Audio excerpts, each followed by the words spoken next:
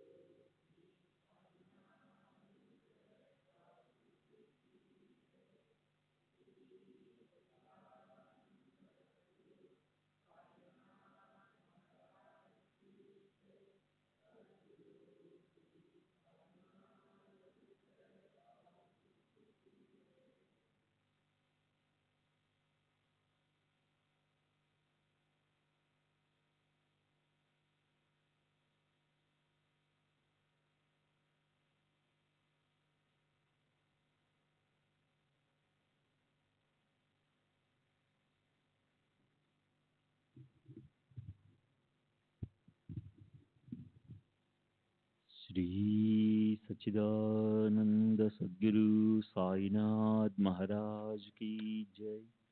सद्गुरु श्री साईनाथ शरद बाबू जी की जय। శ్రీ సాయినాథాయ నమః. శ్రీ సాయి సచ్చరిత్రము 30వ అధ్యాయం నిన్నటి తరువాయి.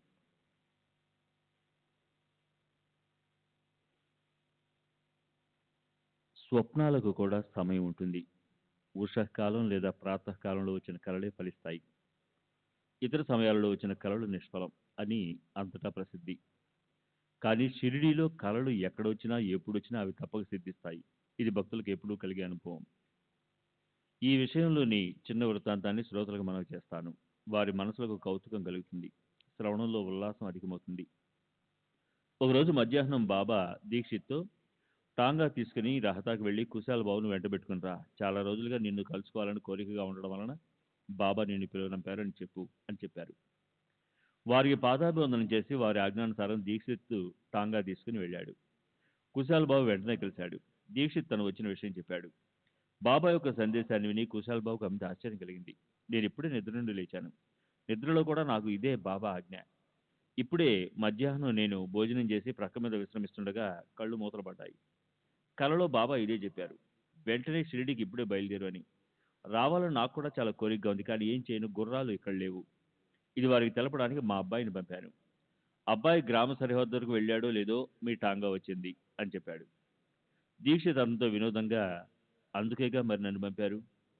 ఇప్పుడు మీరు వచ్చేటట్లయితే బయట టాంగా బండి సిద్ధంగా ఉందని అన్నాడు. అతడు దీక్షిత్ వెంట ఆనందంగా షిరిడీకి వచ్చాడు. తాత్పర్యం, కుశాల్ బాబును కలుసుకుని బాబా యొక్క మనోభీష్టం తీరింది. బాబా యొక్క ఆ లీలను గని కుశాల్ బాబు గద్గదులయ్యాడు. ఒకసారి రామ్లాల్ అనే పేరు గల ఒక పంజాబీ బ్రాహ్మణుడు ముంబైలో ఉంటుండగా అతనికి బాబా స్వప్నంలో దర్శనమిచ్చారు. ఆకాశం, వాయు, రవి, వరుణాది దేవతల అనుగ్రహ ప్రభావంతో బాహ్యంలోని అంతరంగంలోని విషయాలను తెలుసుకునే జ్ఞానం జాగ్రత్తావస్థ. సకలేంద్రియాలు విశ్రమించి జాగ్రత్తావస్థలోని సంస్కార ప్రబోధనలను గ్రాహక రూపంలో స్ఫురింపజేసే లక్షణం స్వప్నం. రామ్లాల్ స్వప్నం విలక్షణం. అతనికి బాబా యొక్క రూపురేఖలు తెలియవు. అతడు వారిని మునిపెన్నడూ దర్శించుకోలేదు. అయినా నా వద్దకు రా అని అన్నారు.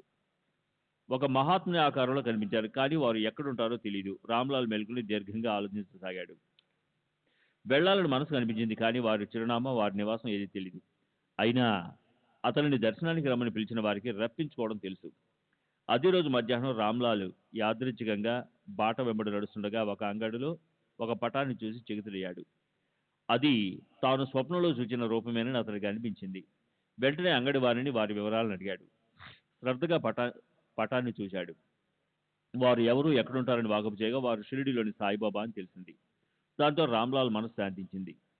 తర్వాత అతడు పూర్తిగా వివరాలను తెలుసుకుని షిరిడీ వెళ్లి బాబా నిర్యాణ పర్యంతం బాబా వద్దనే ఉన్నాడు. భక్తులను తన వద్దకు రప్పించుకుని వారి ప్రాపంచిక మరియు పారమార్థిక కోరికలను తీర్చడం బాబా సంకల్పం.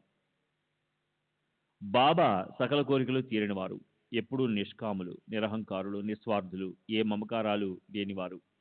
భక్తుల కోరికలు తీర్చడానికే వారి అవతారం. ఎవరి వద్దకు క్రోధం దరిచేరదో, ఎవరి వద్ద ద్వేషానికి చోటు లేదో, ఎవరికి స్వార్థ దృష్టి లేదో అతడే నిజమైన సాధు అని తెలుసుకోవాలి. అందరి యందు వారికి నిస్వార్థమైన ప్రేమ, అదే పరమ పురుషార్థం. ధర్మమైన విషయాలందు తప్ప ఇతర విషయాలను చెప్పడంలో ఒక క్షణమైనా వ్యర్థం చేయరు. సారాంశం, బాబా నా చేతిని పట్టుకుని తమ చరితాన్ని వ్రాయించుకోవడం, భక్తులు తమ స్మరణలో నిమగ్నమవ్వాలని ఇదే ఇందులోని ఇంగితం. అందువల్ల ఎల్లప్పుడూ శ్రీ సాయి సచ్చరిత్రను శ్రద్ధాభక్తులతో శ్రవణం చేయడని హేమాడ్ అత్యంత నమ్రతతో శ్రోతలకు మనవి చేస్తున్నాడు. దానివలన మనసుకు శాంతి మరియు వ్యసనాలలో నిమగ్నమైన వారికి ఉపశమనం కలుగుతుంది. సాయి చరణాలలో భక్తి నాటుకుని భవం నుండి ముక్తి కలుగుతుంది. తరువాతి అధ్యాయంలో విజయానందుడనే సన్యాసి కథ. మానస సరోవరానికి బయలుదేరిన సన్యాసికి సాయి పాదాల వద్ద ముక్తి ప్రాప్తించింది. అట్లే సాయిబాబా భక్త బాలరాంకు, మాన్కర్కు కూడా విశ్రాంతినిచ్చారు. నోల్కర్ మరియు మేఘాల కోరికలను చక్కగా తీర్చారు. పులి వంటి క్రూర మృగానికి కూడా బాబా తమ చరణాల యందు చోటునిచ్చారు. ఇటువంటి సాయి యొక్క అగాధమైన అమోఘమైన చర్యలను వినడం ఒక మహోత్సవం. స్వస్తి శ్రీ సంతసజ్జని ప్రేరితము భక్త హేమాడ్ పద విరచితమైన శ్రీ సాయి సమర్థ సచరిత్రలో మృక్కుబడి మొదలగు కథల కథనం అన్న 30వ అధ్యాయం సంపూర్ణం. శ్రీ సద్గురు సాయినాథార్పణమస్తు. శుభం భవతు.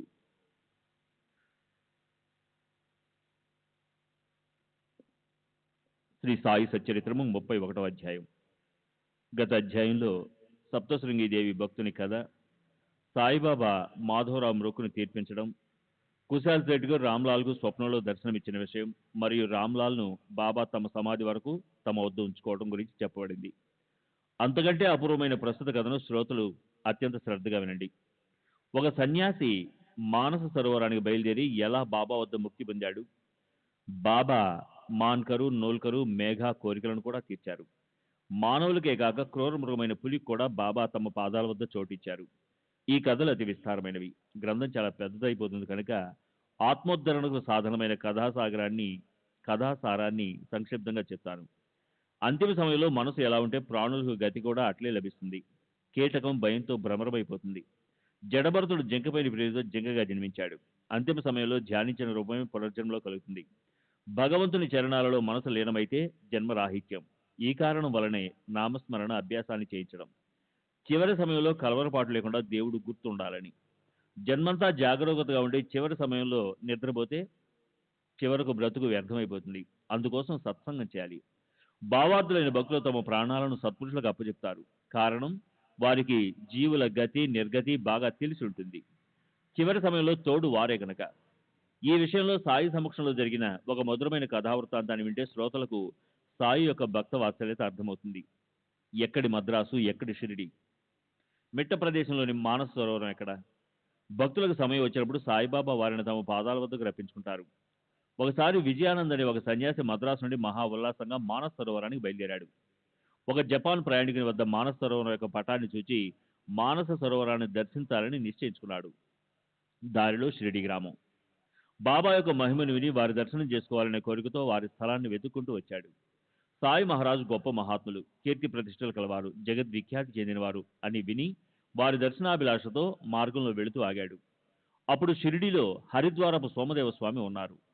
ఉభయులు భక్త సమూహంతో సహజంగా కలుసుకున్నారు. సన్యాసి స్వామిని మానస సరోవరం ఎంత దూరాన ఉందని ప్రశ్నించగా, గంగోత్రికి పైన 500 మైళ్ళ దూరాన ఉందని స్వామి చెప్పారు. అక్కడ మంచు ఎక్కువగా కురుస్తుందని, ప్రతి 50 క్రోసుల దూరానికి భాష మారుతుంటుందని, భూటాన్ వాస్తవ్యులు అనుమానాలతో పరదేశీయులను చాలా పీడిస్తారని చెప్పాడు. స్వామి మాటలు విని సన్యాసి బాధపడ్డాడు. అతడి మనసు వికలమైంది. చింతలో మునిగిపోయాడు. సన్యాసి సాయిబాబా దర్శనం చేసుకుని వారి చరణాలకు సాష్టాంగపడ్డాడు. అతని మనసు ప్రసన్నమైంది. ఆసనం వేసుకుని కూర్చున్నాడు.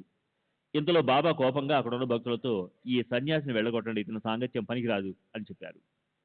అసలే సన్యాసి క్రొత్తవాడు, బాబా స్వభావాన్ని ఎరగడు. బాబా కేకలను విని లజ్జితుడయ్యాడు.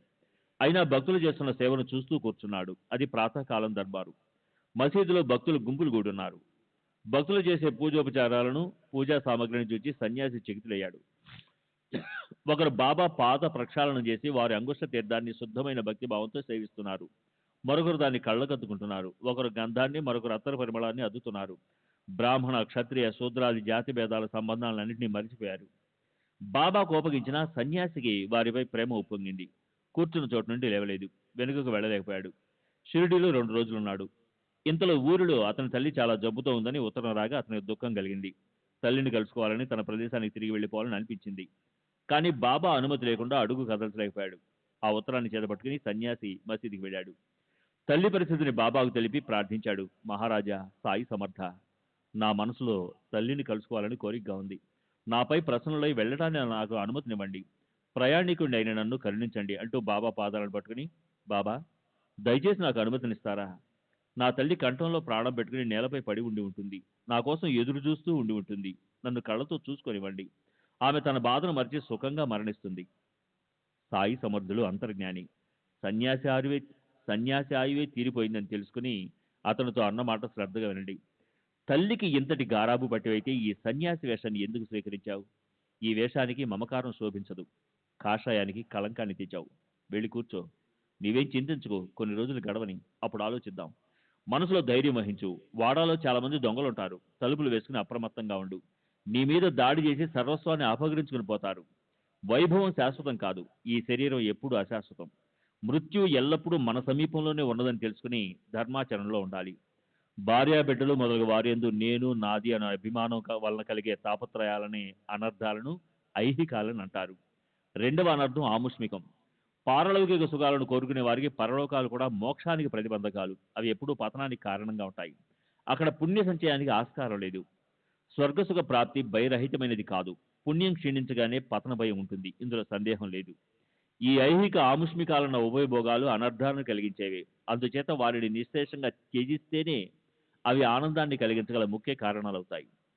సంసారంపై విరక్తి కలిగి హరిచరణాలలో నిశ్చలమైన భక్తి కలిగిన వారి బంధనాలు విడిపోయి అజ్ఞానం తొలగిపోతుంది. హరి భజనలో, హరిస్మరణలో గడిచిన సమయం పాప తాప దైన్యాలను పారద్రోలుతుంది. అత్యంత ప్రేమతో హరిని ధ్యానిస్తే అతడు కష్టాల నుండి మనల్ని రక్షిస్తాడు. నీ పూర్వపుణ్య విశేషం వలన ఇక్కడికి వచ్చావు. ఇప్పుడు నా మాటలను శ్రద్ధగా విని జీవితాన్ని సార్థకం చేసుకో. శ్రీ సచ్చిదానంద సద్గురు సాయినాథ్ మహారాజ్ కీ జై. సద్గురు శ్రీ సాయినాథ్ శరద్ బాబూజీ కీ జై.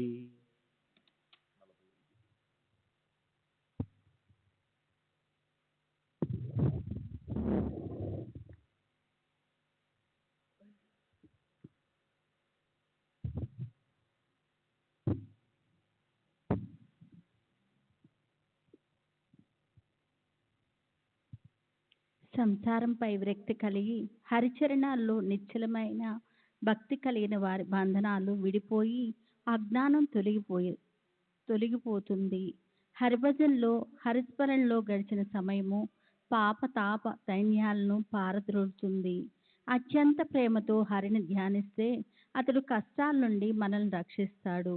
నీ పూర్వపుణ్య విశేషం వల్లనే ఇక్కడికి వచ్చావు. ఇప్పుడు నా మాటలను శ్రద్ధగా విని జీవితాన్ని సార్థకం చేసుకో. రేపటి నుండి శ్రద్ధగా కాయ వాచ మనస భాగవతాన్ని 3 సప్తాహాలు పారాయణం చెయ్యి.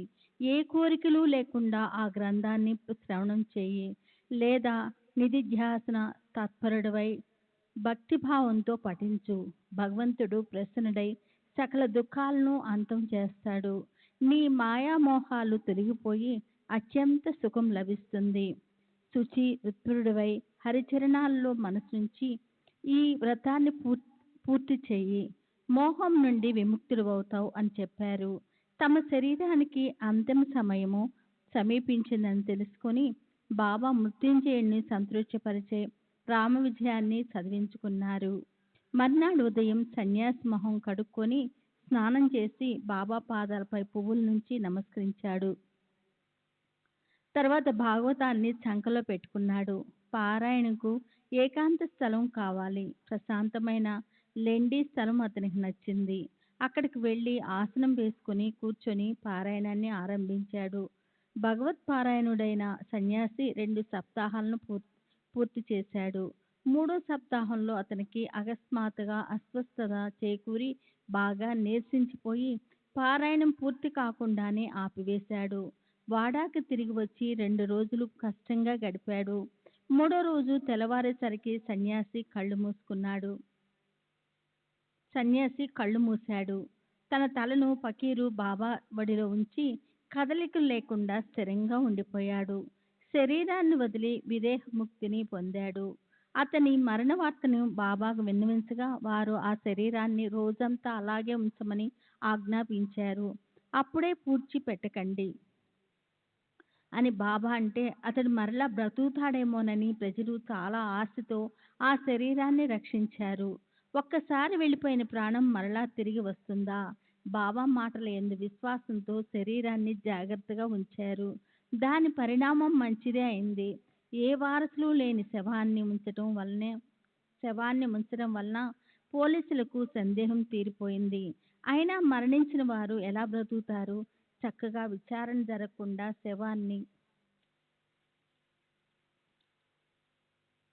శవాన్ని పూడ్చరాదు అని బాబా ఉద్దేశము. చనిపోయిన వారిని బ్రతికించడం ఎలా సాధ్యమో ఇది బాబాకు తెలీదా? వారసులు లేని వారికి యజమానులైన ప్రభుత్వము అకస్మాత్ మరణంపై విచారణ జరుగుతుంది కనుక ఆ విచారణకు ముందే శవాన్ని పూడ్చరాదు అని బాబా అలా చెప్పారు. తర్వాత అదంతా జరిగాక యథావిధిగా ప్రేత సంస్కారము జరిగింది. శవాన్ని యోగ్యమైన స్థలంలో పూడ్చి పెట్టడంతో సత్పురుషుని కార్యము ముగిసింది. ఇటువంటి మరో వృత్తాంతాన్ని ఇప్పుడు శ్రోతలకు చెప్తాను. దీన్ని శ్రద్ధగా వింటే సాయి యొక్క వ్యాపకత్వాన్ని తెలుసుకుంటారు. బాలారాం అనే ఒక భక్తుని ఉపనామము మాన్కరు. అతడు గృహస్థుడు, బాబాకు పరమ భక్తుడు. అతని భార్య మరణించగా అతనికి గృహస్థాశ్రమం విధులు సక్రమంగా జరగక ధైర్యం సడలి శాంతి పోయింది. అదే గొప్ప భాగ్యమైంది. పూర్వార్జిత పుణ్య ఫలప్రాప్తి వలన అతనికి సాయి చరణ సన్నిధి లభించింది. దాంతో నిశ్చలమైన భక్తి, ప్రపంచం పట్ల సంపూర్ణ విరక్తి కలిగాయి. ఆశాపాశాన్ని, బిడ్డల యందు గల మమతా బంధాలన్నిటినీ తెంచుకొని భాగ్యవంతుడైన మానకరు ప్రపంచం నుండి బయటపడ్డాడు.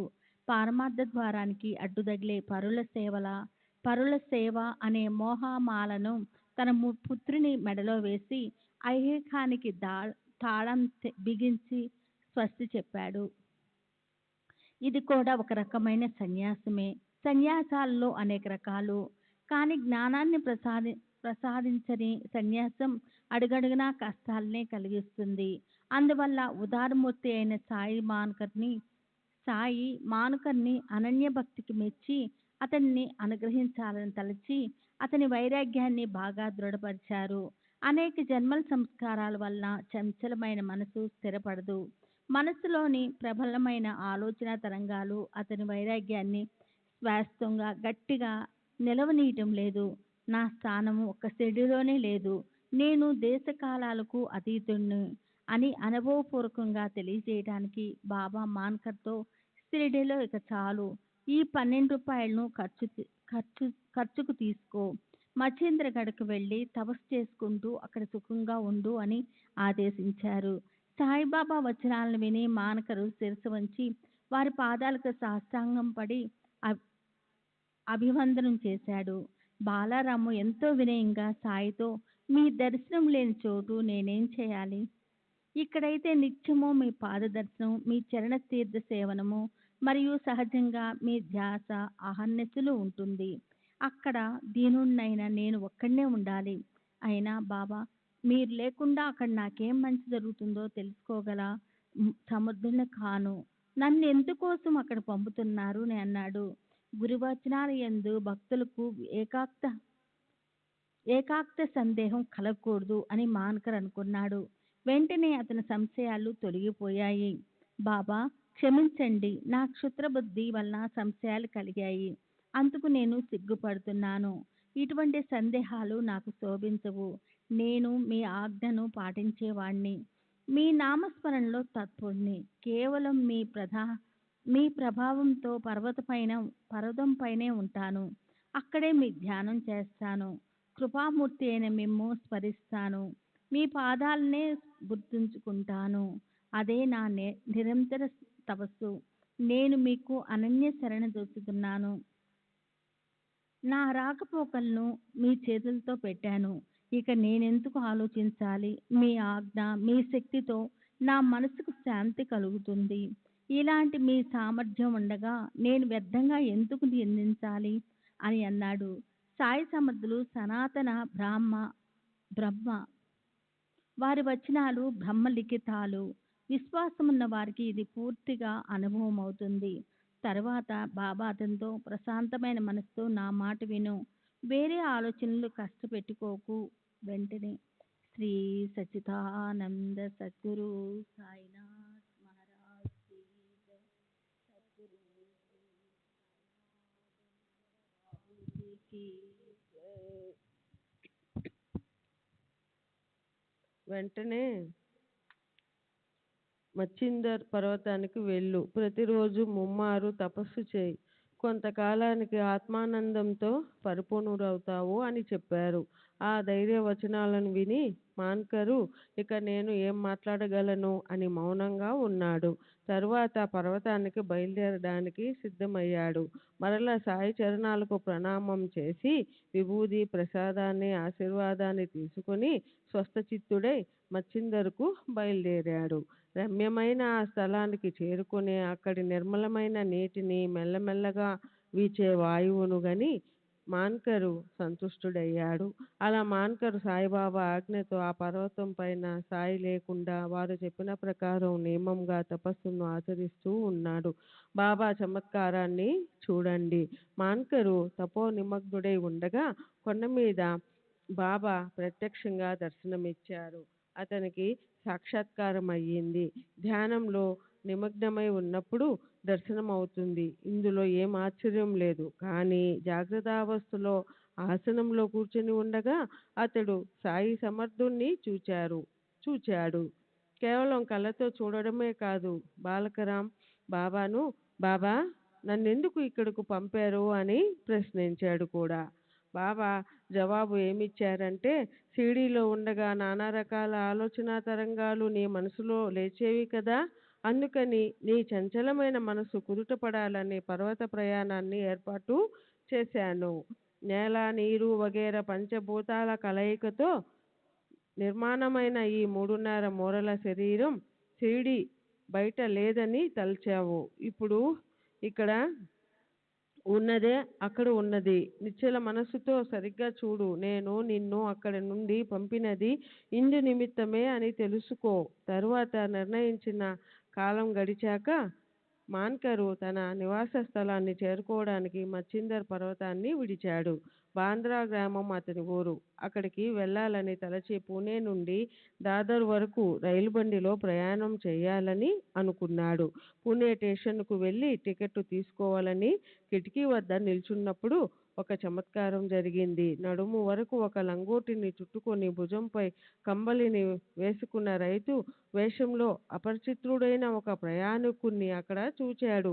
అతడు దాదర్కు టికెట్టును తీసుకుని వెనుకకు తిరిగి మాన్కర్ను చూచి అతని వద్దకు వచ్చాడు. మీరు ఎక్కడికి వెడుతున్నారని బాలకరాంను అడిగాడు. దాదర్కు అని జవాబు ఇవ్వగా అతడు వెంటనే తన టికెట్ను బాలకరాంకు ఇస్తూ, మీరు దీనిని తీసుకోండి, నేను కూడా అక్కడికే బయలుదేరా, కానీ ఇక్కడ నాకు ఒక పెద్ద పని ఉంది, అది గుర్తుకు వచ్చింది, అందువలన నా ప్రయాణం ఆగిపోయింది అని చెప్పాడు. డబ్బు వెచ్చించి శ్రమపడినా టికెట్ లభించడం కష్టం. అటువంటిది ఏ శ్రమ లేకుండా ప్రాప్తించినందుకు మాన్కర్కు పరమ ఆనందం కలిగింది. తర్వాత టికెట్ డబ్బు ఇవ్వడానికి జేబులో నుండి డబ్బు తీసి చూడగా ఆ వ్యక్తి గుంపులో కలిసిపోయి ఎక్కడికి వెళ్ళిపోయాడో తెలియలేదు. అతనిని వెతకాలని బాలకరం ప్రయత్నం చేశాడు, కానీ అదంతా నిష్ఫలమైపోయింది. ఇంతలో రైలు బండి వచ్చింది. పాదాలకు జోళ్లు లేవు.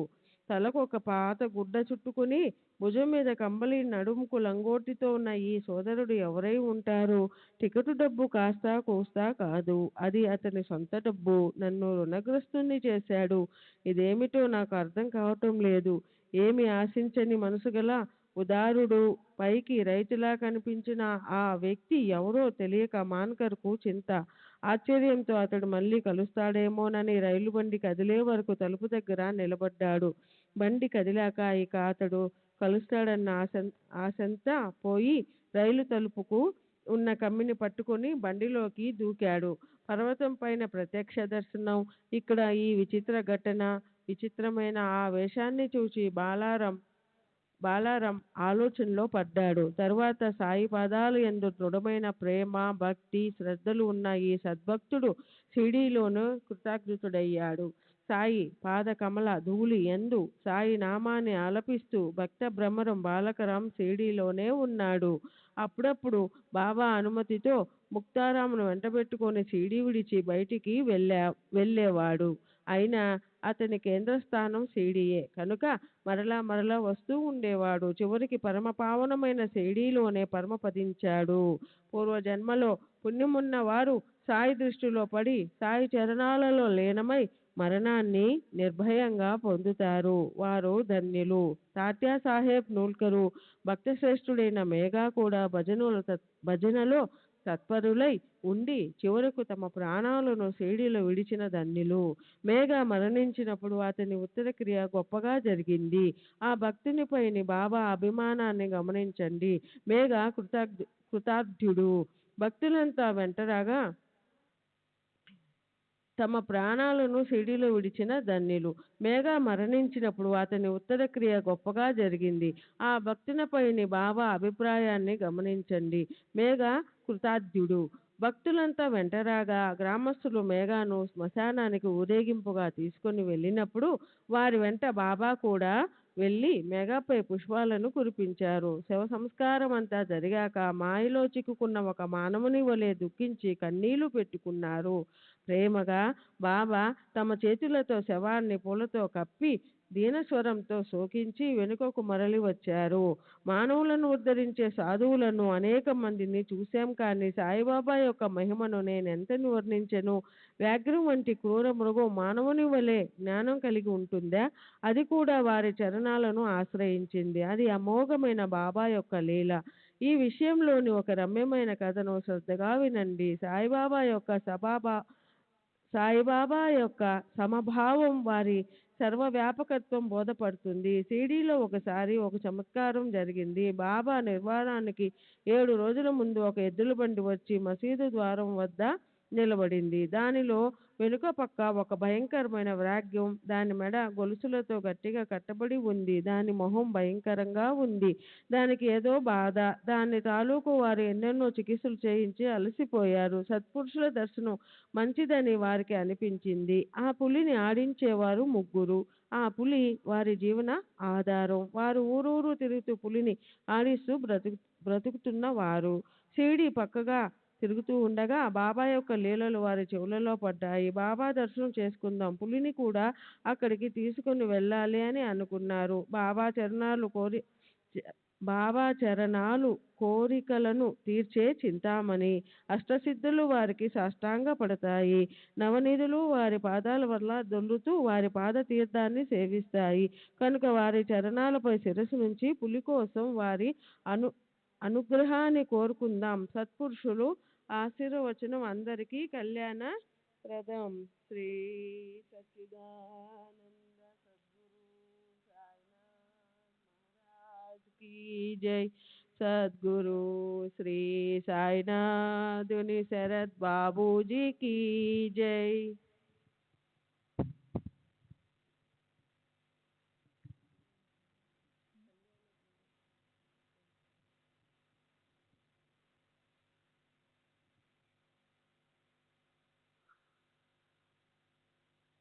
కళ్యాణప్రదం అని తలచి వారు పులిని ద్వారం వద్ద దింపి గట్టిగా గొలుసులతో పట్టుకుని ద్వారం వద్ద నుంచున్నారు. పులి అసలే భయంకరమైనది, క్రూరముఖం, పైగా రోగస్థత, అందువలన మరి అస్వస్థగా ఉంది. అందరూ దానిని కుతూహలంగా చూస్తున్నారు. పులి పరిస్థితినంతా దాని తాలూకా వారు బాబాకు విన్నవించారు. బాబా అనుమతిని తీసుకుని ద్వారం వద్దకు వచ్చారు. పులి గొలుసును తెంపుకొని పారిపోకుండా బాగా గట్టిగా పట్టుకొని దానిని జాగ్రత్తగా సాయి ఎదుటకు తీసుకుని వచ్చారు. మెట్ల వద్దకు రాగానే తేజోరాశి అయిన సాయిని చూసి ఆ పులికి ఏమనిపించిందో కానీ ఎంతో గౌరవంగా ముఖాన్ని క్రిందకు వంచింది. అదేమి చమత్కారమో! మెట్లెక్కుతున్న పులి బాబా పరస్పరం చూసుకున్నారు. పులి బాబాను ప్రేమగా చూసింది, అంతే.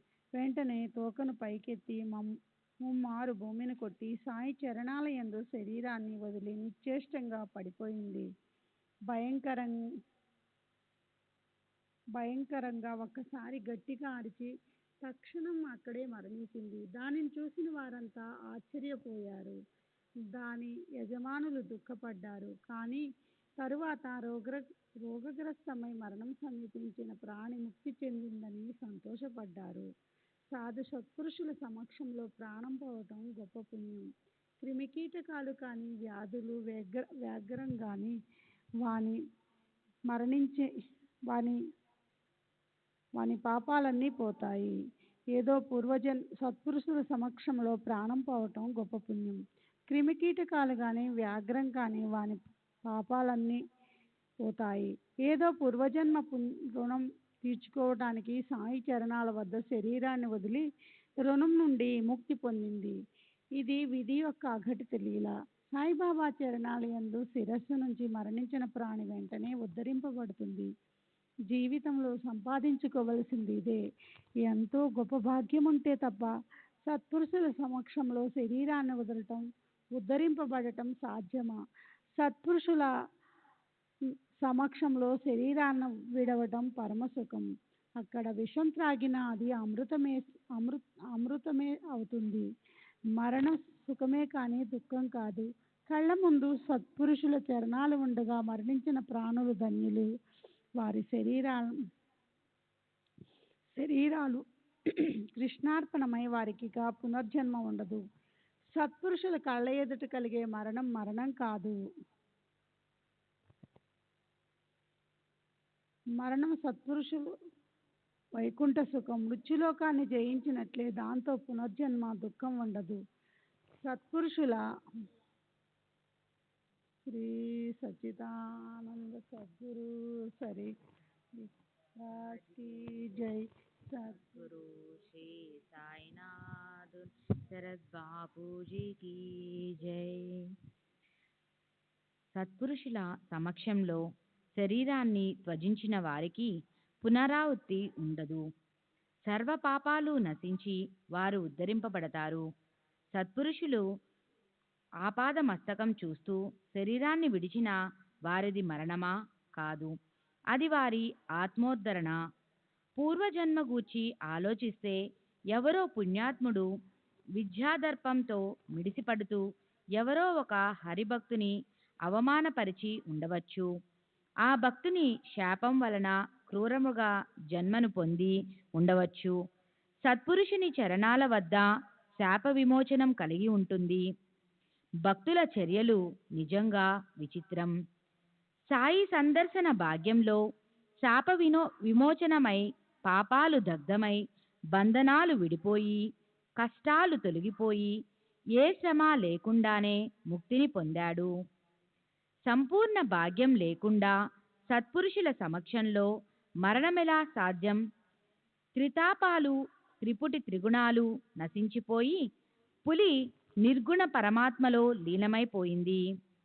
పూర్వజన్మ కర్మానుబంధం వలన క్రూరమైన మృగ శరీర సంబంధం విడిపోయింది. ఇనుప గొలుసుల బంధనం వదిలిపోయింది. ఇది పరమేశ్వరుని నిర్బంధం.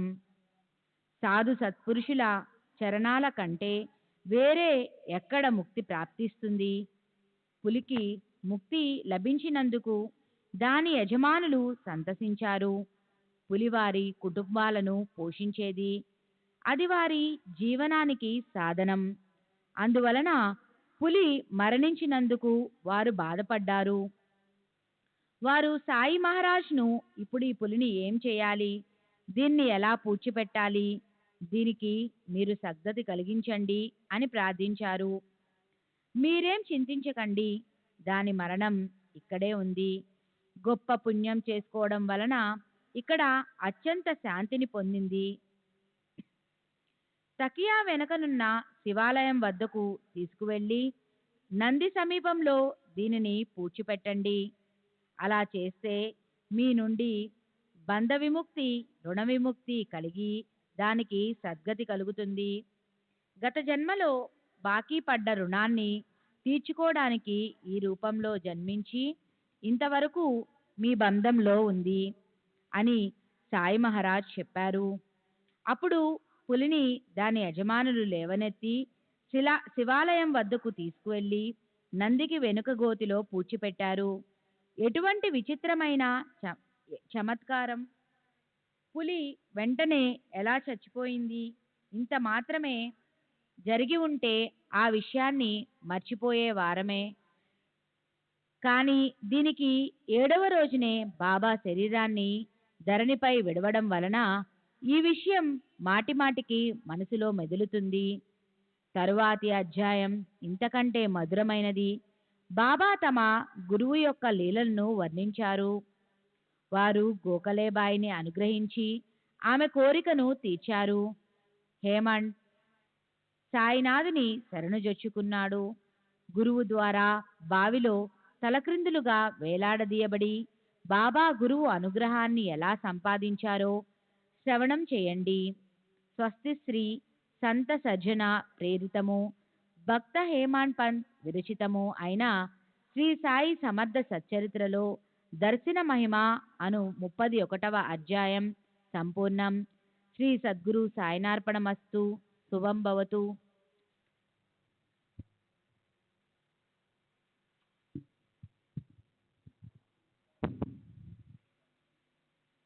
శ్రీ సాయి సచ్చరిత్ర 32వ అధ్యాయము. గత అధ్యాయంలో విజయానంద్ మరణించడం, బాలకరాం సాయి సన్నిధిలో ఆత్మానందంలో లీనమవడం, తాత్యాసాహెబ్ నోల్కర్ మరియు భక్త శ్రేష్ఠుడైన మేఘా ఉభయులు సాయి సమక్షంలో శరీరాలను వదలడం చెప్పబడింది. ఇంతకంటే గొప్ప చమత్కారం! వ్యాఘ్రం వంటి క్రూర మృగం కూడా మరణించిన విధానాన్ని శ్రోతలు సవివరంగా విన్నారు. ఇప్పుడు ప్రస్తుత అధ్యాయంలో సాయిబాబా స్వయంగా వర్ణించిన మధుర వృత్తాంతాన్ని చెప్తాను. ఇది శ్రోతలకు అత్యంత హితాన్ని కలిగించేది. ఒకసారి బాబా అరణ్యంలో ఉండగా అనుకోకుండా గురువు దర్శనం అయ్యింది. గురువు యొక్క అద్భుత చర్య ఎటువంటిదో శ్రద్ధగా వినండి. ఈ కథలోని విశేషాన్ని పామరుణ్ణైన నేను ఎంతని వర్ణించగలను? దీనిని సాయి స్వయంగా తమ నోటితో చెప్పటం వలన ఇది శ్రద్ధా భక్తులను ముక్తిని ప్రసాదిస్తుంది. ఒక స్త్రీ బాబాను దర్శనం చేసుకొని అక్కడ 3 రోజులు ఉపవాస వ్రతంతో ఉండాలని మనసులో అనుకుంది. కానీ బాబా ఆమెకు మంచి అవకాశాన్ని కల్పించి ఎలా ఆమె నిశ్చయాన్ని మార్చి ఆమెచే కమ్మని బొబ్బట్లు చేయించారు. బొబ్బట్లను కేవలం చేయించడమే కాదు, ఆమె యథేచ్ఛగా తినేలా చేశారు. పరుల సేవలో శరీరాన్ని శ్రమింపచేసి జన్మను సార్థకం చేసుకోవడం ఆమెకు శ్రేయస్కరం. ఉపవాస వ్రతం వల్ల కలిగే మేలు కంటే ఇతరులకు సాయపడడం పరమ కళ్యాణప్రదమని ఆమె ఎన్నటికీ మర్చిపోకుండా బాగా తెలియచేశారు. అట్లే పరమార్థంపై శ్రద్ధ గలవారు ఎలా దృఢమైన అభ్యాసం చెయ్యాలి, శాశ్వతమైన వస్తువును సాధించడానికి ఎలా కఠినమైన సాహసం చెయ్యాలి, ఈ విషయంపై కథానుక్రమం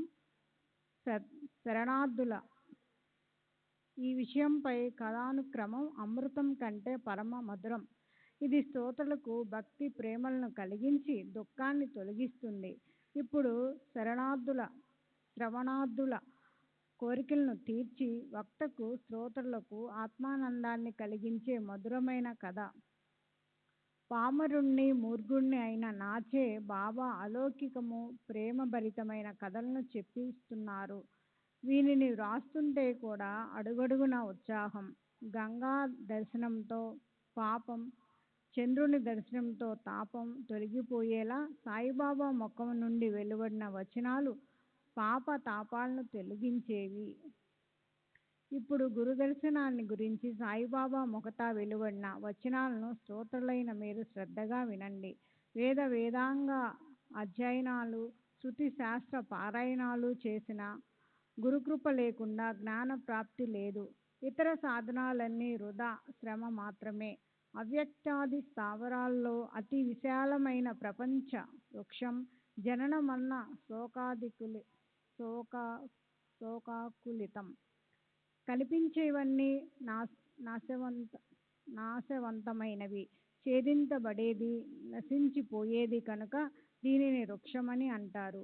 ఈ అవ్యక్త ప్రపంచం స్థావరాల రూపంలో ప్రకటమైంది కనుకనే ప్రపంచాన్ని వృక్షంతో పోల్చుతారు. దృశ్య రూపంలో కనిపించేది నాశవంతమైన ఈ ప్రపంచ వృక్షం యొక్క వేళ్ళు పైకి ఉంటాయి. దాని శాఖలు విస్తారంగా వ్యాపించి ఎవరికైనా కాస్త కూడా ఊహకు అందకుండా ఉంటాయి. క్షణం శాఖలు వ్యాపించుకొని పోతాయి. ఇది దూరం నుండి రమణీయంగా కనిపిస్తుంది. కానీ ఆలింగనం చేసుకుంటే శరీరం అంతా ముళ్ళు గుచ్చుకుంటాయి. అరటి చెట్టు స్తంభం వలె ఇది సత్తువు లేనిది, నిస్తారమైనది. ఎండమాముల వలె, గాంధర్వ నగరం వలె ఆశా లాలసలలో బంధించే ఈ వృక్షం అందంగా కనిపిస్తుంది. శ్రీ సచ్చిదానంద సద్గురు సాయినాథ్ మహారాజ్ కీ జై. సద్గురు శ్రీ సాయినాథని శరత్ బాబూజీ కీ జై. ఇది ఆజ్ఞా సంచల వలన కలిగే కోరికల కారణంగా వేసే కర్మల నుండి ఉద్భవించినది. అవ్యక్త బీజంలో నుండి పుట్టినది. అస్తిత్వం లేకుండానే ప్రతిక్షణం వేరువేరు స్వభావాలతో స్వతహా భాషిస్తూ ఉంటుంది. అజ్ఞాన కారణంగా జన్మించినది కనుక ఇది అనర్థాత్మకం. ఆశాతృష్ణాది నీటితో చుట్టబడి ఉంటుంది. ధనధాన్యాలు, భార్యాబిడ్డలు, పరివారం వగైరా శరీర బుద్ధి కారణంగానే లింగ భేదాలతో అసంఖ్యాకమైన ప్రాణులు ఈ వృక్షం యొక్క భుజాలు, కర్మ వాసనాలు మొదలగు వేళ్లతోనున్న ఈ వృషణం బోయి శృతి స్మృత్యాది పత్రాలతో నిండి శబ్ద స్పర్శాది చిగుళ్లతో నిగనిగలాడుతూ యజ్ఞ దానాది క్రియా కుసుమాలతో శోభిస్తూ సుఖదుఖాలనే ద్వంద్వ రసాలతో నిండి ఉంటుంది. దీని ఫలాలకు అంటూ లేదు. అన్నింటికీ ఇదే జీవనాధారం. భూర్భువసాది సకల లోకాలు దీనికంటే వేరుగా లేవు. ఒకప్పుడు నృత్యాలు, గీతాలు, వాద్యాలు, ఒకప్పుడు నవ్వు లేదా ఏ ఏడుపులతో, ఆటలతో ఈ సనాతన అశ్వత్థ వృక్షం ఎప్పుడూ అదో వదనంతో ఉంటుంది. ఇది మాయోపాధి బ్రహ్మలో బ్రహ్మలో ఆవిర్భవించింది. ఇది వైరాగ్య శస్త్రంతో నశిస్తుంది. సద్భావం దీనికి మూలాధారం. దీని స్వభావం ప్రకాశించటం అని తెలుసుకోవాలి. బ్రహ్మ సత్యం నశిస్తుంది. సద్భావం దీనికి మూలాధారం. దీని స్వభావం ప్రకాశించటం అని తెలుసుకోవాలి. బ్రహ్మ సత్యం అంతటికీ ఆధారం. ఈ జగత్తు స్వప్నం వలె మిథ్య. దీనికి ఆది అంతం అని నిర్ధారించలేనప్పుడు మధ్య మాత్రం ఎలా ఉండగలదు? విరాగులు లేని కొరకు పరిశ్రమ చేస్తారో సాధువులు దేనియందు ఎల్లప్పుడూ అనురక్తులై ఎలా ఉండగలరు? శ్రీ సచ్చిదానంద సద్గురు సాయినాథ్ మహారాజ్ की जय। सद्गुरु श्री साईनाथ शरद बाबूजी की जय। ముముక్షులు దేనిని ఆపేసిస్తారో, దేనిని సాధువులకు అభిలాషిస్తారో అట్టి పరమాత్మ తత్వాన్ని తెలుసుకోదలిసిన వారు సత్పురుషులని శరణజొచ్చి కుత్కర్మాలన్నిటినీ విడిచి వారి చెప్పినది వినాలి. మనసులోని ఆలోచనలన్నిటినీ కనిపెట్టి బుద్ధి చాతుర్యాన్ని వదిలి మమకారాలను విడిచి నిస్సంగులై చక్కగా గురు చరణాలను ధ్యానించాలి. కుత్కర్మాలను పారదోలి, లేకపోతే అవి మార్గాల్లో అడ్డు తగులుతాయి. అహంకారాన్ని, అరికాలిని కింద నడిపేవేస్తేనే భవాన్ని దాటి తీరానికి చేరుకోగలరు. ఈ విషయంలో బాబా స్వయంగా చెప్పిన ఒక మధురమైన కథను వినండి. గురు వచనామృతాన్ని సేవిస్తే పరమానందం పొందగలరు. ఒకసారి మేము నలుగురు పురాణాలను, గ్రంథాలను చదివి జ్ఞాన సంపన్నులై పోయామని తెలిసి బ్రహ్మ నిరూపణని చెయ్యసాగాము.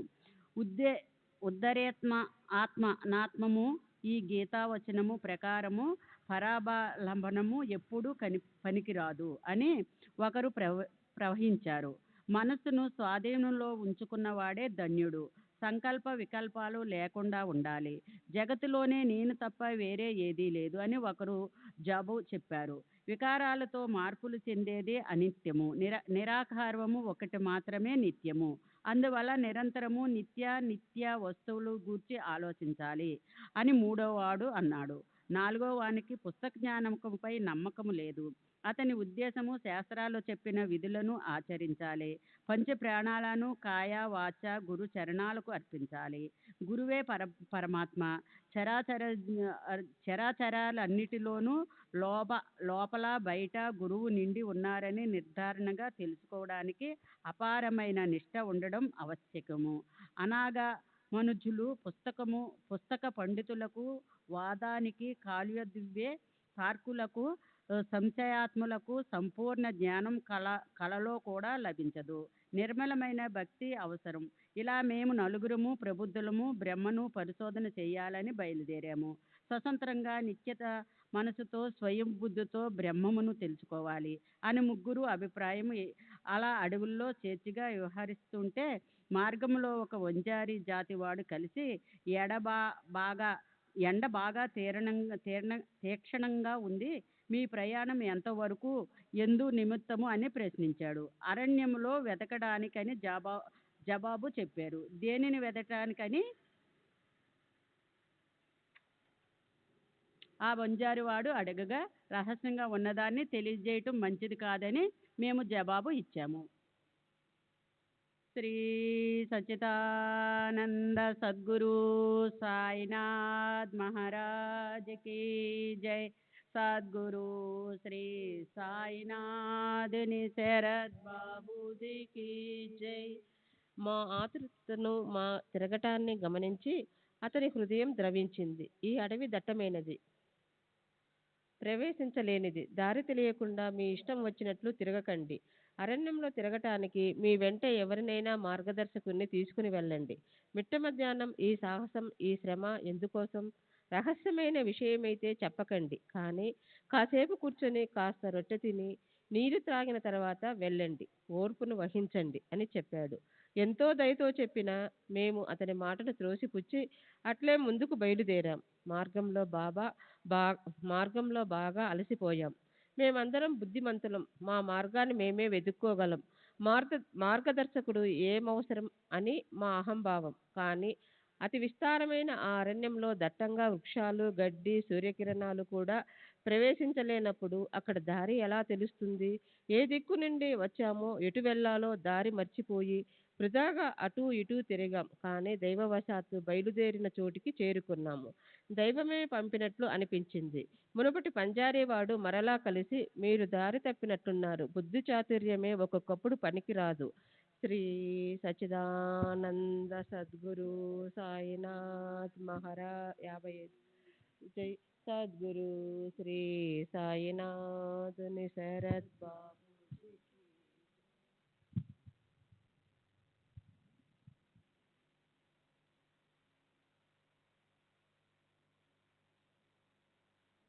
చిన్న పనినైనా పెద్ద పనినైనా దారి చూపించే వారెవరైనా ఉండాలి. కడుపు ఖాళీగా ఉంటే మీ పరిశోధన సాగదు. ఆ స్థితిలో బుద్ధి భ్రమిస్తుంది. పరమేశ్వరుని ఆజ్ఞ లేకుండా మార్గంలో ఎవరూ కలవరు. వడ్డించిన భోజనాన్ని తిరస్కరించకండి. అన్నం పళ్ళాన్ని తోసిపుచ్చకండి. ఎవరైనా రొట్టెను ఇచ్చి తినమని చెప్పితే వాటి మాట శుభశకునమని, కార్యం నిర్విఘ్నంగా జరుగుతుందని గ్రహించాలి. ఇప్పుడు ఈ అల్పాహారాన్ని తీసుకోండి, కొంచెం ధైర్యం వహించండి అని చెప్పాడు. కానీ అతని మంచి మాటలు రుచించక మరలా నిరాహారంగానే బయలుదేరాం. పరిశోధన పూర్తి కాకుండా అన్నాన్ని సేవించడం అన్న మొండి పట్టుదలతో ముగ్గురు నష్టపోయారు. నాకు ఆకలిగా ఉంది, దాహంతో గొంతు ఎండిపోతుంది. వంజరివాణి ప్రేమ అలౌకికం, నిస్వార్థమైనది. అతని ప్రేమ నాకు నచ్చింది. మేము బాగా చదువుకున్న పండితులం, కానీ మాకు దయాదాక్షిణ్యాలు లేవు. ఎంగిలి చేత్తో కాకిని తరిమి కొట్టం. కానీ ఏ చదువు, ఏ యోగ్యత లేనివాడు, నిమ్నజాతి వంజరుడు హృదయంలోని నిండు ప్రేమతో రొట్టె కూర తినమని చెబుతున్నాడు. ఈ లాభాన్ని ఆశించని నిస్వార్థ ప్రేమను చూపించేవాడు నిజమైన జ్ఞాని. అతని మాటను గౌరవించడం బ్రహ్మ విద్యను తెలుసుకోవడానికి ఉపక్రమం అని అనిపించింది. ఆనందపూర్వకంగా అతడు ఇచ్చిన రొట్టె ముక్కను తిని నీరు తాగాను. అంతే. ఏం ఆశ్చర్యం! అకస్మాత్తుగా గురు మహారాజు ప్రత్యక్షమయ్యారు. వాదోపవాదాలు దేని గురించి అని అడగగా జరిగిన వృత్తాంతమంతా అతనికి మనవి చేశాను.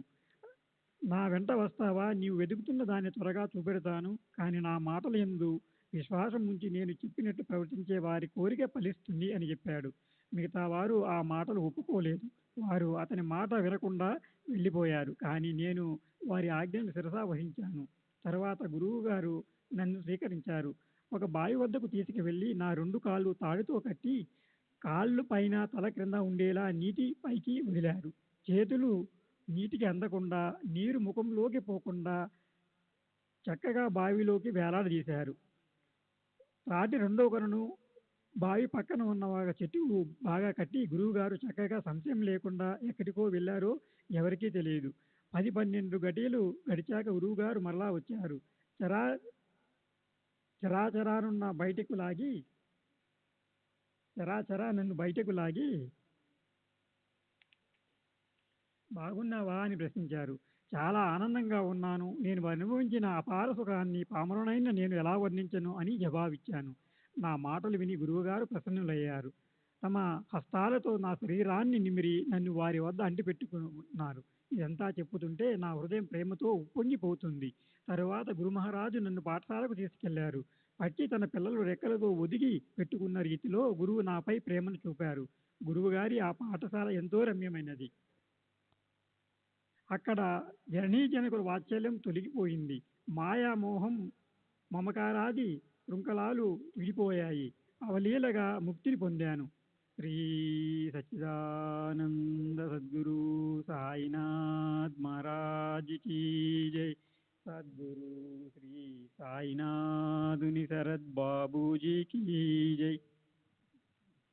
అవాంఛనీయమైన బంధనాలు విడిపోయాయి. పరమార్థంలో ప్రతిబంధకమైన ప్రవృత్తి తొలగిపోయింది. గురువు కంఠాన్ని పెనవేసుకుని వారి కళ్ళలో ఉండిపోవాలనిపించింది. వారి ప్రతిబింబం లేని కళ్ళు ఒట్టి మాంసపు గోళాలు. ఆ కళ్ళ కంటే అందుణ్ణి అయిపోయినా బాగుండు అనిపించేది. నా పాఠశాల అటువంటిది. అందులో అడుగు పెట్టాక వెనుకకు మరలిపోయే దౌర్భాగ్యులు ఎవరుంటారు? నా ఇల్లు, వాకిలి, తల్లి, తండ్రి, నా సర్వం గురువే అయ్యారు. వారిని ధ్యానించడానికి ఇతర ఇంద్రియాలతో సహా మనసు తన స్థానాన్ని విడిచి వచ్చి కళ్ళలోనే ఉండిపోయింది. గురువు యొక్క ధ్యానమే దృష్టి యొక్క మాత్రం లక్ష్యం. ఇతరులంతా గురువు సమానంగాను, గురువు తప్ప మరెవరూ లేరనే భావాన్ని అనన్య అవధానమని అంటారు. ఇలా గురువు స్వరూపాన్ని ధ్యానం చేస్తే మనస్సు, బుద్ధి కుంఠితమవుతాయి. కనుక నిశ్శబ్దంగా మౌనంగా గురువుకు వందనం చేయాలి. జ్ఞానం కోసం గురువుని ఆశ్రయించడం అవసరం లేదు. శూన్యమైన ఉపదేశాల కోసం దక్షిణను ఇచ్చి డబ్బును పోగొట్టుకుని ఫలితంగా పశ్చాత్తాపని పాఠమే అవుతుంది. నిగూఢమైన గుప్త జ్ఞానం ఉన్నట్లు ప్రగల్భాలు పలుకుతూ తమ పరిశుద్ధాత్మాచరణను గూర్చి చాటుకునేవారు. చిన్నతనం నుండి కపట నాటకాలు ఆడినవారు శిష్యునికి ఏం ఉపదేశిస్తారు? పైకి అన్ని విషయాల్లోనూ మడి కట్టుకున్నట్లు అలిప్తంగా కనిపించడం, మనసులో మాత్రం అలజడి, అశాంతి. అనుభవ జ్ఞానం అసలే లేని గురువులు యొక్క పాఠశాల పనికిరానిది.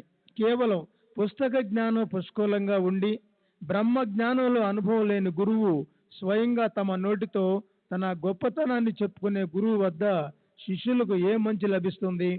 గురువు చెప్పిన వచనాలు హృదయంలో చొచ్చుకొని పోక అంతరంగంలో ఏ అనుభవం కలుగుజేయని ఆ గురువు మాటలు ఒట్టి ప్రేలాపనయే కాని ఆ గురుతత్వం ఎందుకు పనికొస్తుంది? మా గురువు నన్ను బాగా సేవలో నియమించి నాకు జ్ఞాననిధిని చూపించారు. దానిని వెతుకునే అవసరం కలగలేదు. అట్లే ఆ బోధను అర్థం చేసుకోవడానికి ఏ కాస్త శ్రమ పడనవసరం లేకుండా పోయింది. అర్థాలన్నీ వాటంతట అవే స్వయంగా ప్రకటమై అప్రయాసంగా జ్ఞానం చేతికందింది. గురుకృప కారణంగా శోధన అక్కడే ఆగిపోయింది. తల క్రింద కాళ్ళు పైన ఉంచి తల క్రిందులుగా వేలాడదీసినందువలన నాకు ఎలా ఆనందం కలిగిందో సమర్థులైన గురువుకే తెలుసు. సత్పురుషుల విధానం తలక్రిందులుగా ఉంటుంది. దీనిని అనుభవపూర్వకంగా తెలుసుకోవాలి. ఇక్కడ గురువు యందు నిష్ఠయే ప్రమాణం. గురుకృప ఒక్కటే సాధనం. కర్మఠులకు నిషేధాజ్ఞలుంటే జ్ఞానులకు జ్ఞానాభిమానం, యోగులకు దంభ దర్శనం, శ్రమ. ఇక్కడ శ్రద్ధ విశ్వాసాలు తప్ప ఏవీ సాగవు. పండితుల కళ్ళు గర్వాంధకారంతో నిండి ఉంటాయి. వారు అభిమానం మూర్తీభవించిన ప్రత్యక్ష రూపాలు. జ్ఞానులు వానిని చూచి వారి సహవాసం నచ్చక పారిపోతారు. జ్ఞాని నాకంటే వేరే మరో దేవుడు ఎవరున్నారు? నేను జ్ఞాన సంపన్నుణ్ణి, నేనే పరిపూర్ణ చిద్దస్తుణ్ణి అని అంటారు. భక్తుడు తన భక్తి భావంలో ఉంటాడు. జ్ఞాన గరిమను చాటుకోడు. తనువు, మనసు, ధనం స్వామి సేవకే వినియోగిస్తూ తన సర్వస్వం స్వామికే అర్పిస్తాడు. ఇది నా ప్రతాపం, ఇది నా చాతుర్యం, ఇది నా సామర్థ్యం, ఇది నా బుద్ధి వైభవం యొక్క ప్రభావం అన్న అహంభావం అతనికి ఉండవు.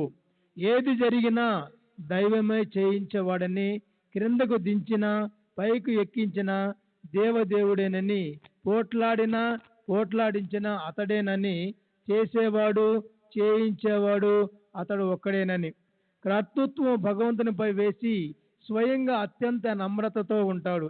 భక్తులు ఎప్పుడూ భగవంతునిపై ఆధారపడి ఉంటారు. వారికి స్వాతంత్రం ఉండదు. మన నలుగురు ప్రబుద్ధులు దేనిని వెతకాలని బయలుదేరారో ఇంతవరకు తెలియకుండానే ఉంది కదూ. ఇప్పుడు ఆ విషయాన్ని వినండి. ఈ ఘనాపాటి కర్మఠులందరూ పాండిత్యాన్ని, పుస్తకాల్లోని శుద్ధ జ్ఞానాన్ని గర్వంగా చాటుకుంటూ చర్చించుకుంటుండగా భగవంతుని విషయం వచ్చింది. తమ జ్ఞానంతో భగవంతుడు ఎక్కడుంటాడు, ఎలా ఉంటాడు, ఏ ఉపాయాలతో ఏ విధంగా మనకు త్వరగా లభిస్తాడు అని వారి ఆలోచన. ఆ ప్రబుద్ధులలో సాయి ఒకరు. వీరు మూర్తిభవించిన వివేక వైరాగ్యాల మూర్తి. వారు స్వయం పరబ్రహ్మ అయి ఉండి మరి ఎందుకు అలా అవివేకంగా ప్రవర్తించారు అని శ్రోతలకు సందేహం కలుగుతుంది. ఇది కేవలం లోక వ్యవహారం కొరకు. భక్తులను ఉద్ధరించే సాయి సమర్థులు హీనత్వాన్ని ఎందుకు ఆపాదించుకుంటారు?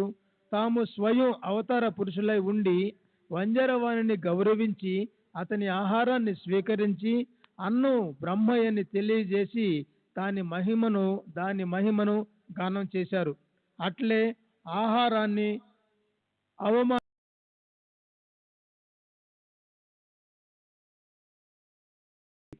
ఎవరు జ్ఞాని కారు అని చెప్పారు. శ్రీ సచిదానంద సద్గురు సాయినాథ్ మహారాజ్ की जय. सद्गुरु श्री साईनाथ निशरद बाबू जी की जय.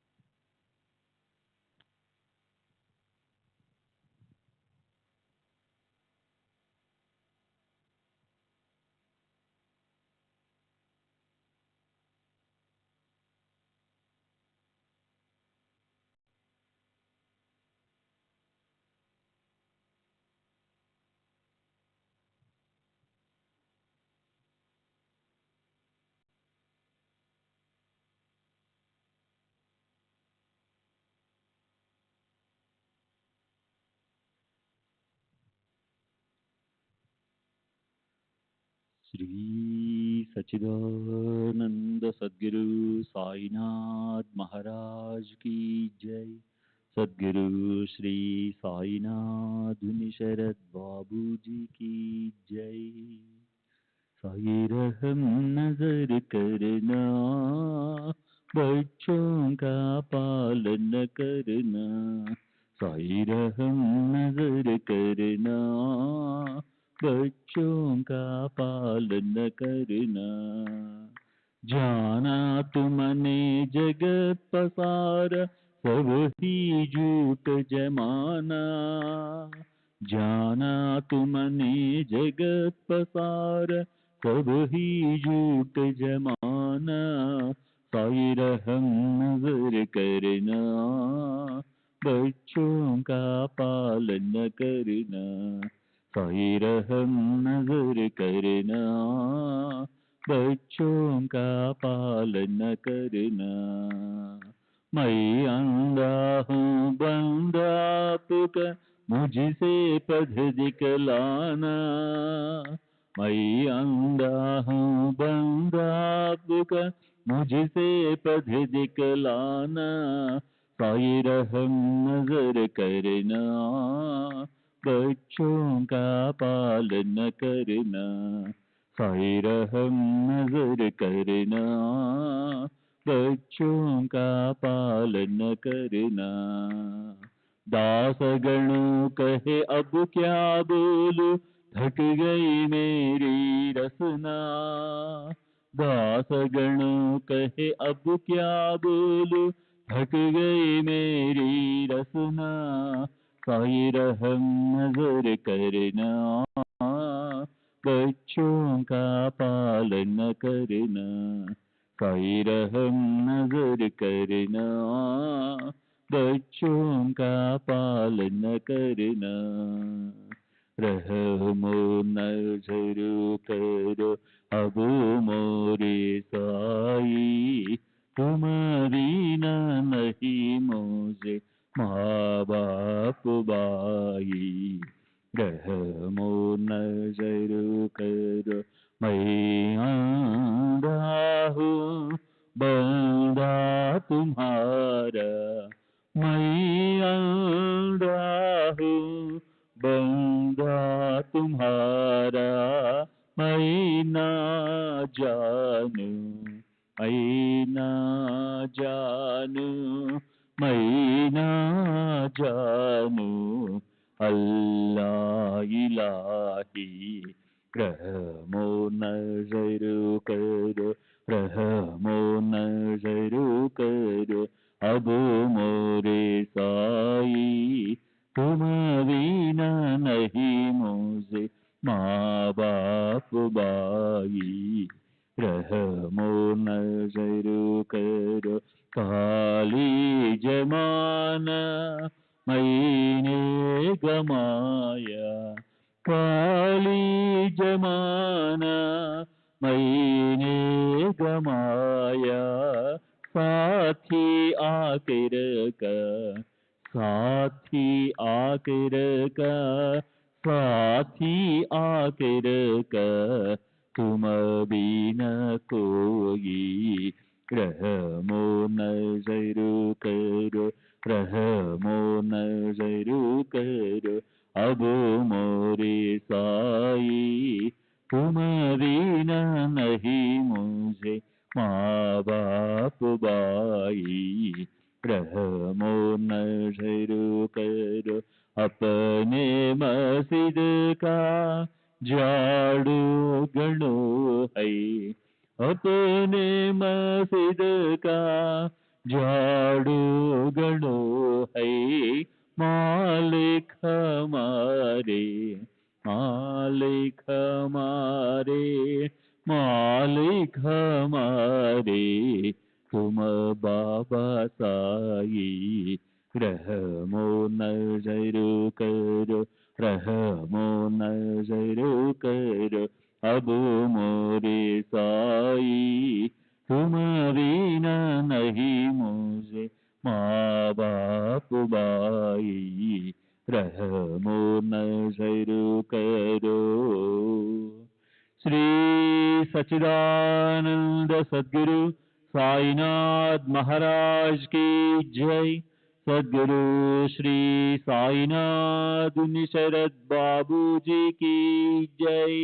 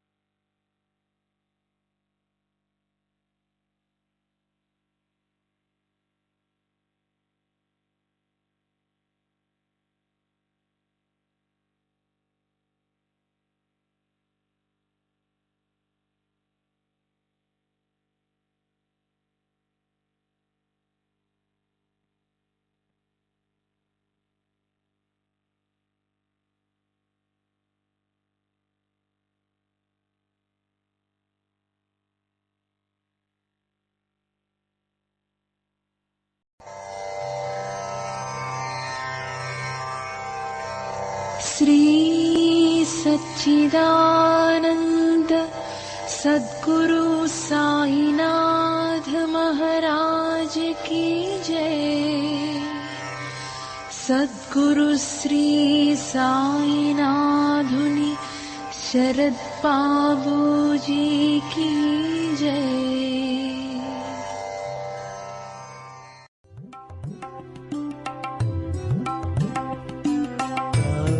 Baba Sai